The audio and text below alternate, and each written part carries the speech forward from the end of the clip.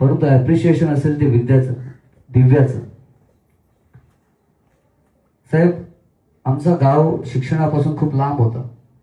गावच नव्हे तर आमचा पूर्ण समाज शिक्षणापासून लांब होता. जमिनी विकायच्या, रीतीच्या धंद्यात जी इन्कम मिळत होती त्या खाडीतच होते. आगरी कोळी समाज म्हणजे खाडीतला समाज.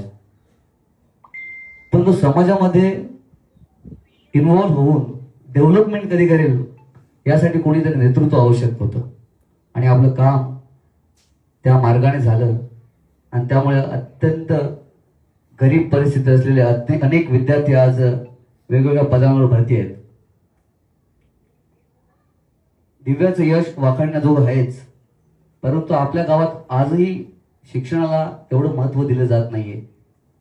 बुलेट ट्रेन आली, पैसे आले, वडिलांनी मुलाच्या हातात गाड्या दिल्या, पैसे दिले, ते पैसे उडवले गेले. आज परत परिस्थिती जैसे थे. पुढे हायवे येईल, पुढे बिल्डर्स येतील, डेव्हलपर्स येतील, जमिनी जातील, बंगले होतील, गाड्या येतील, परंतु जर शिक्षण घेतलं नाहीत तर ते सगळं जाऊन जमिनीही जातील आणि मग रस्त्यावर येण्याची वेळ येईल. आज मुंबई ठाण्यामध्ये आपल्या समाजाच्या जमिनी होत्या, परंतु आगरी समाजातला एखादा व्यक्ती किंवा कुटुंब आपल्याला क्वचितच पाहायला मिळतो, कारण आपण शिक्षण घेतलं नाही. जेवढे समाज सुधारक झाले प्रत्येकाने शिक्षणाची ख्याती सांगितलेली आहे. शिक्षण हे वाघिणीचं दूध आहे असं डॉक्टर बाबासाहेब आंबेडकर म्हणतात. पण आपण ते दूध नाही पित, आपण दारू पितो. आणि आपले वडील, मला वाटतं बऱ्याच लोकांचे वडील त्यांच्या सोबत दारू पितात. आणि अशी मुलं शिकतील का? आज सांबरे साहेबांचं योगदान, त्यांचं कार्य मोठं आहे. आणि त्या अनुषंगाने आपण देखील स्वतःला मोटिवेट करून शैक्षणिक क्षेत्रामध्ये आपलं नावलौकिक कसं करता येईल. आज साहेब एमपीएससी यूपीएससी नक्की काय हेही आपल्याला माहित नाही. आपल्या मार्फत अनेक अकॅडमीद्वारे मोफत सेवा उपलब्ध करून दिल्या जात आहेत, परंतु समाज अजूनही इतका प्रगत नाहीत की आम्हाला, जेव्हा आम्ही प्रांतांना पैसे देतो, तहसीलदारांना पैसे देतो, आम्ही प्रांत तहसीलदाराच्या पदावर बसू नाही का शकत?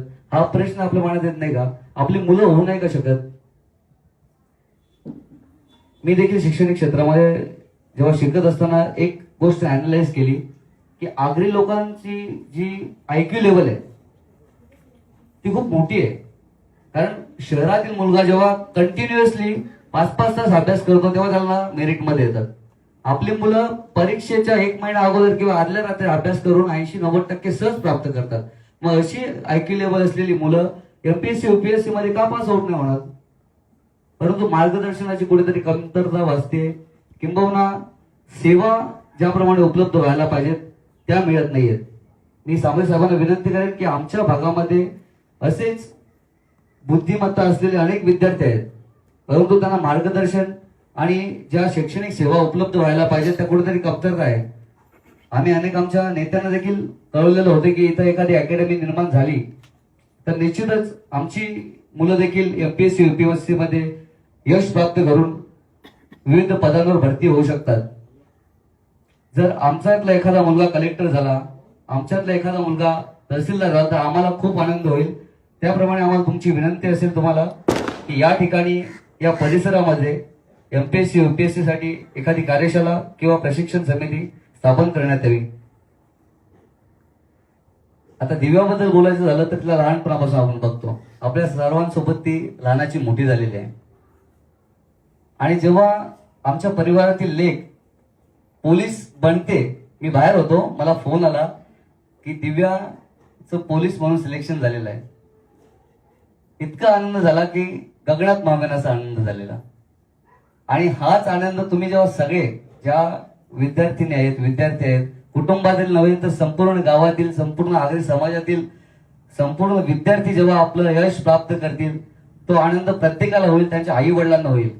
त्या अनुषंगाने सर्वांनी प्रयत्न करूयात आणि सर्वांना त्यासाठी शुभेच्छा. साहेब या ठिकाणी आपण उपस्थित झालात, आपलं देखील स्वागत. त्यानंतर पुन्हा एकदा विनंती असेल की कुणाला